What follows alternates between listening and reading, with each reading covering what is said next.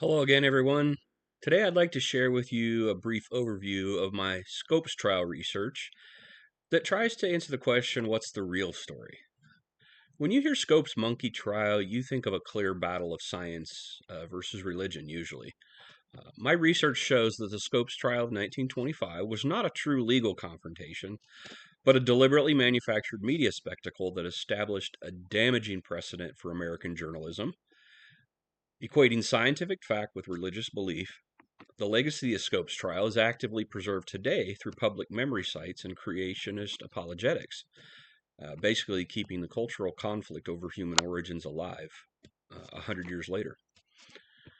My research has clearly told me that what the trial was not. It was not a simple legal fight over science versus religion. According to Tom Arnold Forster in his article Rethinking the Scopes Trial, he described the trial as a massive staged media show.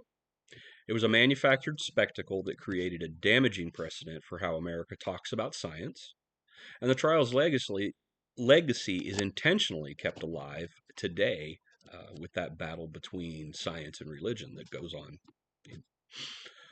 Uh, Basically, the whole thing was a publicity stunt orchestrated by businessmen in the Dayton, Tennessee area. They were looking for some attention for their small town, basically to kind of get it on the map. They actually recruited John Scopes to test the law, working with the ACLU at the time. They recruited him. Um, he wasn't even sure he'd taught the lesson out of the book. Another thing is that the journalism failed around this trial. They prioritized writing and publicizing the battle between Clarence Darrow and William Jennings Bryan, the two lawyers on opposing sides. Let's talk now a little bit about some of the hidden issues. In his book, The Other Side of the Scopes Monkey Trial, Jerry Bergman describes the mandatory textbook under question. It was titled Hunter Civic Biology. It contained sections that promoted both eugenics and a racial hierarchy. I don't have time to go into the definitions of the races, but I encourage you to research it on your own. It's pretty crazy. The content of the textbook was introduced as Exhibit A during the trial, but they hardly gave it any thought.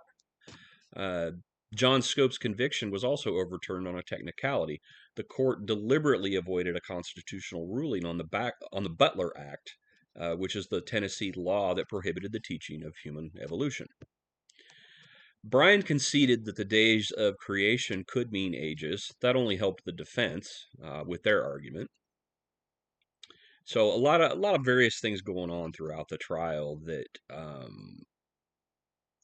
really should have been dug into a little further. But they kind of really simplified what the trial was about. Um, we get so much more out of it 100 years later. If you go back and look at some of the details, some of the things that were ignored, some of the things that were exaggerated, some of the things that were just the truth was not presented during the trial. Finally, let's talk a little bit about the Scopes trial legacy. According to Emma Frances Bloomfield in her article, she said the trial's influence did not end in 1925, which I kind of already mentioned. It evolved through constructed public memory. In Dayton, they've built what's referred to as the Trinity of Sites. There's a museum, there's a Scopes Trial Trail, and there's also the Bryan College in Dayton, Tennessee. And finally, 100 years later, the debate over human origins is alive and well. In my opinion, it's probably stronger than ever before. I look forward to discussing the Scopes trial some more with all of you. Thank you for your time.